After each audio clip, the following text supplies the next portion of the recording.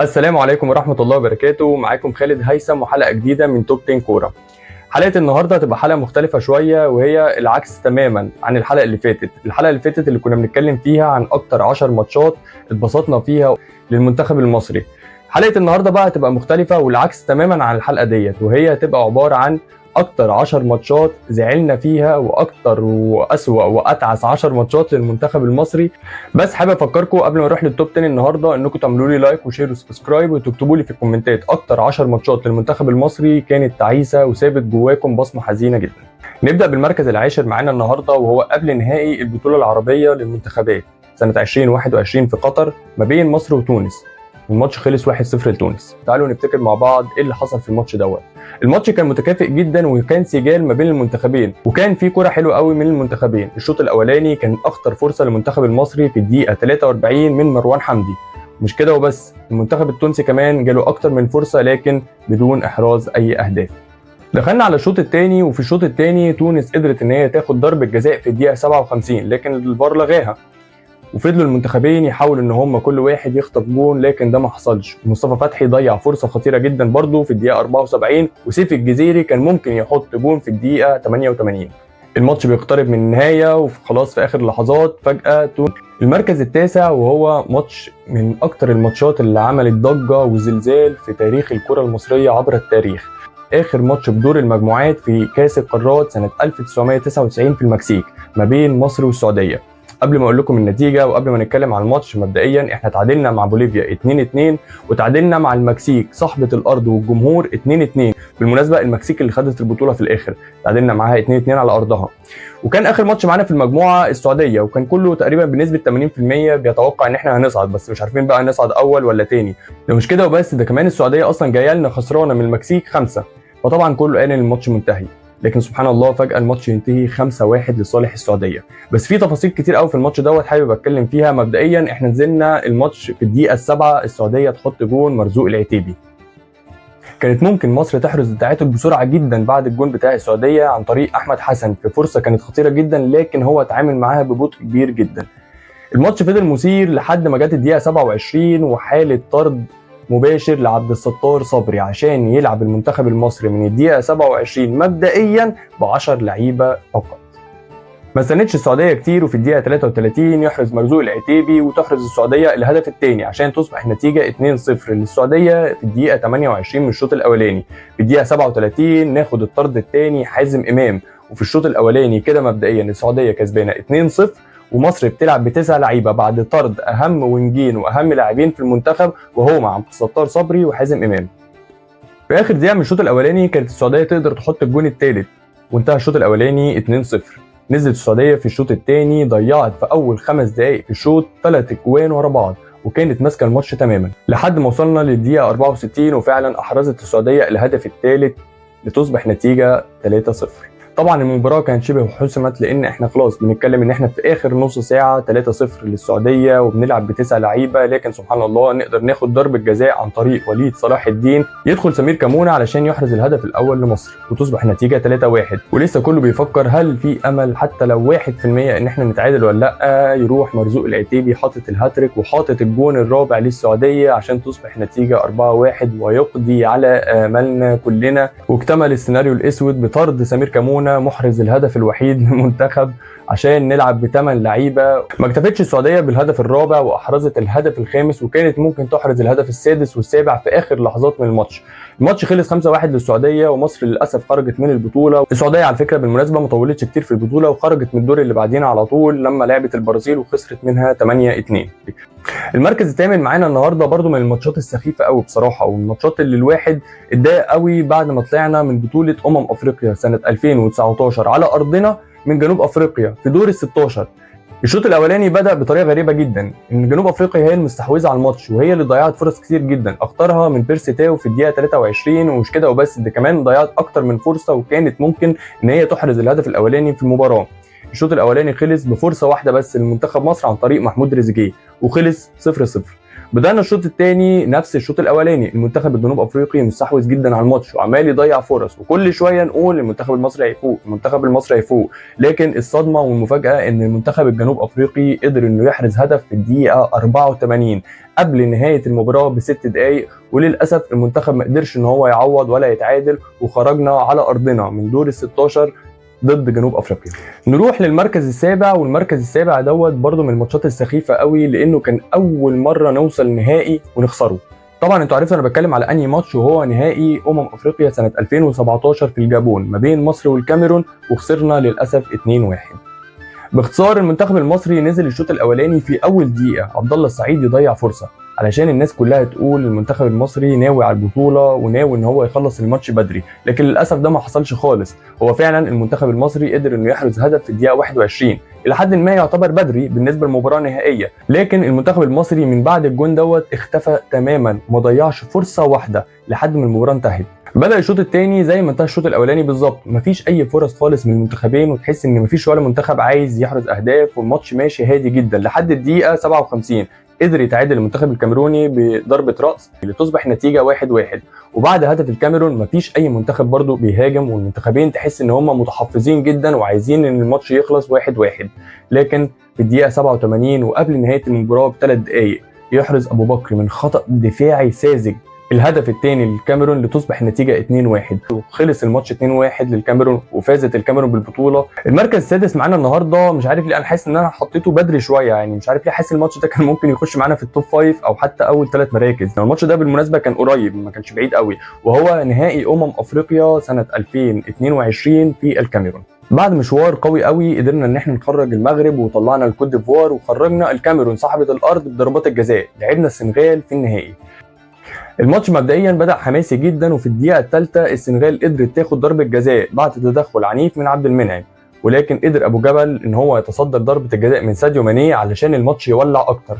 وبصراحة السنغال قدرت ان هي تمسك الشوط الاولاني كله، يعني السنغال ضيعت شوية فرص في الماتش دوت، وبالاخص العرضيات لا يقل عن 5 أو 6 عرضيات فقط في الشوط الاولاني كانت ممكن السنغال تجيب منهم اي جون بسهوله جدا. الشوط الثاني بصراحه ما اختلفش كتير عن الشوط الاولاني، السنغال ضغطه جدا وقدرت ان هي تضيع فرص اخطر من اللي ضيعتها في الشوط الاولاني، والمنتخب المصري بيحاول ان هو يدافع وبيحاول يلعب على الهجمه المرتده، لكن ده حتى مش عارفين نعمله. في الوقت الاضافي بقى السنغال كثفت هجومها اكتر من الشوط الاولاني والشوط الثاني علشان تحاول ان هي تحرز هدف باي طريقه. منتخب مصر ضيع فرصه وحيده في الدقيقه 116 برضه عن طريق مروان حمدي علشان تنتهي ال 120 دقيقه بالتعادل السلبي. دخلنا على ضربات الجزاء وللاسف ما توفقناش، سجل احمد السيد زيزو ضربه الجزاء وسجل مروان حمدي ضربه الجزاء، وضيع عبد المنعم وضيع مهند لاشين علشان تفوز السنغال بنهائي افريقيا وكاس افريقيا سنه 2022 في الكاميرون. وصلنا كده للتوب 5 في القائمه التعيسه بتاعتنا النهارده للمنتخب المصري، ونتكلم عن ماتش برضه من الماتشات اللي ضايقتني قوي، واتوقع ان ناس كتير قوي هتتفق معايا ان الماتش دوت من الماتشات اللي ضايقتنا كلنا ونكدت علينا، وهو كلاكيت تاني مره مصر والسعوديه. بس المره دي كان في كاس العالم. بدا المنتخبين الماتش باثاره وبداوا بحماس، والاثنين بيحاولوا ان هم يضيعوا فرص، بس بصراحه المنتخب المصري المره دي بقى كان اخطر، ومصر كانت بتلعب كوره احسن من السعوديه في الشوط الاولاني. قدر كمان محمد صلاح انه يسجل هدف في الدقيقه 21 وضيع انفراد اسهل من الهدف في الدقيقه 23 عشان كله يتوقع ان الماتش دوت هيخلص بسكور للمنتخب المصري. تريزيجيه كمان ضيع فرصتين سهلين قوي كان ممكن واحده منهم تخش، وكان المنتخب ممكن يخلص الشوط الاولاني على الاقل 2-0 او 3-0. لحد الدقيقه 40 يخش علي جبر عشان يتسبب في ضربه جزاء، ويخش فهد المولد ويضيعها. فجاه في الدقيقه 5 من الوقت بدل الضايع من الشوط الاولاني السعوديه يجي لها ضربه جزاء تاني بعد لمسه يد، وقدر المره دي سلمان الفرج ان هو يحرزها علشان يخلص الشوط الاولاني 1-1 في شوط بصراحه كان المنتخب المصري افضل من المنتخب السعودي. الشوط الثاني حصل العكس تماما، فجأة سبحان الله السعودية بقت هي الأفضل، والسعودية هي اللي ضيعت، والسعودية هي اللي ماسكة الماتش، والمنتخب المصري بيدافع وبيحاول يلعب الهجمة المرتدة. فضل الماتش ماشي كده لحد الدقيقة 5 من الوقت بدل الضايع، برضه زي اللي حصل في الشوط الأولاني بالظبط. في الدقيقة 5 من الوقت بدل الضايع قدر المنتخب السعودي انه يحرز هدف من سالم الدوسري علشان تنتهي المباراه 2-1 للمنتخب السعودي، ونخرج من كاس العالم ب3 هزائم متتاليه. اما المركز الرابع معانا النهارده فهو ماتش سخيف جدا. الماتش دوت هو ماتش مصر وامريكا في كاس القارات سنه 2009. النتيجه الوحيده اللي كانت تخرجنا هي اللي حصلت، وخسرنا من المنتخب الامريكي 3-0. في البدايه احنا دخلنا الماتش دوت باصابات كتير جدا، وكان العامل البدني هو الاساسي وهو سبب خساره المنتخب بالنتيجه ديت. المنتخب الامريكي كان بدنيا قوي جدا وقدر انه يحرز الهدف الاولاني في الدقيقه 21، وخلص الشوط الاولاني بالنتيجه ديت 1-0 للمنتخب الامريكي. وصلنا للدقيقه 62 يعني تقريبا فاضل نص ساعه وتنتهي المباراه، ويصعد المنتخب المصري للدور الثاني في كاس القارات. احرز المنتخب الامريكي الهدف الثاني في الدقيقه 62 علشان تصبح النتيجه 2-0 للمنتخب الامريكي، ولحد هذه اللحظه احنا صاعدين برضه رغم الهزيمه. لكن عشان يكتمل السيناريو الاسود للاسف امريكا تحرز بعديها ب9 دقائق فقط يعني في الدقيقه 71 الهدف الثالث علشان ينهار تماما المنتخب المصري، وتنتهي المباراه بفوز المنتخب الامريكي 3-0 وخرجنا من كاس القارات. وصلنا للمركز الثالث معانا النهارده، وبرده الماتش اللي هتكلم عنه دوت برده ماتش حزين قوي، يعني برده من الماتشات الكئيبه، وهو بالمناسبه احدث ماتش معانا في التوب 10 معانا النهارده، وهو ماتش مصر والسنغال في تصفيات كاس العالم سنه 2022. الماتش دوت كان ذهاب وعوده، كسبنا الذهاب في مصر 1-0 بجون محمد صلاح.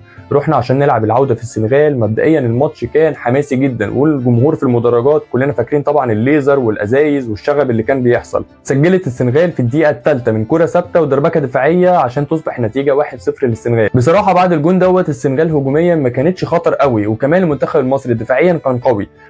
الشوط الثاني نزل المنتخب السنغالي بنفس الطريقه بيحاول ان هو يحرز هدف، لكن بصراحه ما كانش خطر قوي برضه المنتخب السنغالي، وكان بصراحه المنتخب المصري واقف دفاعيا قوي جدا. المنتخب المصري لعب ماتش دفاعي حلو، بس منتخب مصر لعب ماتش هجومي سيء جدا. اول فرصه لينا كانت في الدقيقه 70 من احمد السيد زيزو، وبعديها في الدقيقه 76 ضيع برضه احمد السيد زيزو فرصه ثانيه لمصر، ودول الفرصتين اللي في ال 90 دقيقه ما عملناش اي هجمات خطر ثاني في المباراه. الماتش خلص 1-0 للسنغال بنفس نتيجه ماتش الذهاب 1-0 للمنتخب المصري، ومعنى كده ان احنا هنلعب ضربات جزاء. وللاسف في ضربات الجزاء حصل حاجه غريبه جدا، احسن 2 بيشوطوا ضربات جزاء في مصر ضيعوا. مصر احرزت كوره من عمرو السوليه وضيعت الاخيره من مصطفى محمد علشان ما نصعدش كاس العالم، وتصعد السنغال الى كاس العالم 2022. كده اتبقى معانا ماتشين، المركز الثاني والمركز الاول. وبصراحه وانا بحضر الحلقه كنت محتار ومش عارف احط مين في المركز الثاني ومين في المركز الاول، من كتر ما الماتشين دول اكتر ماتشين تقريبا سابوا بصمه حزينه قوي جوايا. فاستقريت في الاخر ان انا احط الماتش دوت في المركز الثاني، وهو ماتش مصر وغانا والهزيمه الساحقه 6-1 في تصفيات كاس العالم 2014. بدا الماتش بشكل غريب جدا، في الثانيه ال11 تضيع غانا الهدف الاولاني، في الثانيه ال11 انت متخيل؟ وبعد دقيقه ونص تضيع غانا الهدف الثاني. يعني كانت ممكن النتيجه تبقى 2-0 للمنتخب الغاني بعد دقيقه ونص من المباراه، لكن للاسف كانت الثالثه ثابته وسجلت غانا في الدقيقه الرابعه من اساموا جيان الهدف الاولاني عشان تصبح النتيجه 1-0 بعد 4 دقائق فقط من المباراه. رد فعل المنتخب المصري كان ضعيف جدا بعد الهدف الاولاني بتاع غانا، بل بالعكس غانا استمرت في الهجوم وضيعت فرصه خطيره في الدقيقه 13 صدها شريف اكرامي، وفضلت مستمره غانا في الهجوم علشان تضيع فرصه اخطر في الدقيقه 16 وتالق فيها شريف اكرامي وصدها. فضل المنتخب الغاني مستمر في الضغط دوت لحد الدقيقه 21 احرز الهدف الثاني وائل جمعه اون جول، بعد ما واكل اسيان رقص 3 لعيبه في 6 ياردة خبطت في وائل جمعه ودخلت علشان يبقى 2-0 لمنتخب غانا. بعد ما النتيجه اصبحت 2-0 بدا المنتخب المصري يفوق شويه وبدا يبقى فيه رد فعل، ومصر فعلا ضيعت فرصه خطيره جدا من محمد نجيب، كان واقف تحت الجون، يعني هو كان واقف تحت الجون ولعبها براسه لكن للاسف طلعت فوق الجون. وفضل المنتخب المصري برضه بيحاول ان هو يدرك هدف لحد فعلا الدقيقه 40، قدر ان هو ياخد ضربه جزاء عن طريق محمد صلاح وسددها بنجاح محمد ابو تريكه في الدقيقه 40 علشان تصبح نتيجه 2-1. ولسه بنقول يا هادي بعديها بدقيقتين بالظبط وقبل ما الشوط الاولاني يخلص يحرز المنتخب الغاني في الدقيقه 43 الهدف الثالث بعد رأسيه من فاول. الشوط الثاني ما اختلفش الوضع خالص عن الشوط الاولاني، بل بالعكس بقى اسوأ. المنتخب الغاني في الدقيقه 53 يحرز الهدف الرابع علشان يقضي على املنا بنسبه 90%. محمد نجيب كالعاده يضيع فرصه خطر جدا جدا لمصر، كانت ممكن ان هي تقربنا شويه وتدخلنا في جو الماتش في الدقيقه 67.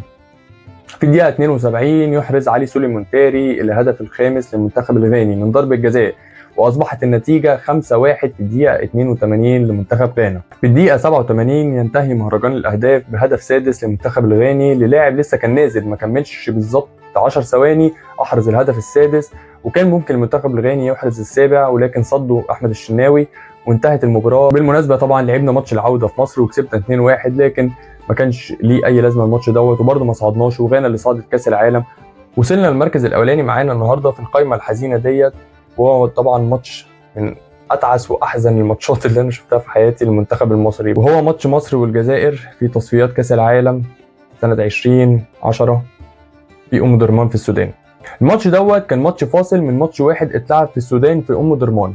بدأ الماتش بشكل حماسي جدا، كمان المنتخب المصري في الدقيقة الرابعة كان ممكن يسجل هدف عن طريق أحمد سعيد كوكا برأسية لكن ضاعت، وفي الدقيقة 14 كان ممكن المنتخب الجزائري يحرز هدف. فضل الماتش ماشي على هذا المنوال، فرصة هنا وفرصة هنا، المنتخب ده بيهاجم شوية، المنتخب ده بيهاجم شوية، لحد الدقيقة 38 كورة تتلعب بالعرض من كريم زياني علشان تنزل قدام عنتر يحيى علشان يشوطها صاروخية في عصام الحضري، وينتهي الشوط الأولاني 1-0.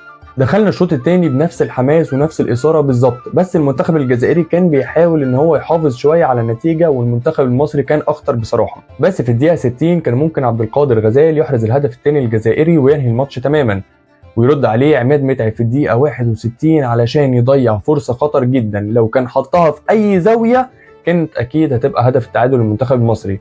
مش كده وبس، في الدقيقه 71 حسني عبد ربه يضيع فرصه جوه 6 ياردة، لو كانت قويه شويه او في اي زاويه برضه كان المنتخب المصري هيقدر ان هو يتعادل.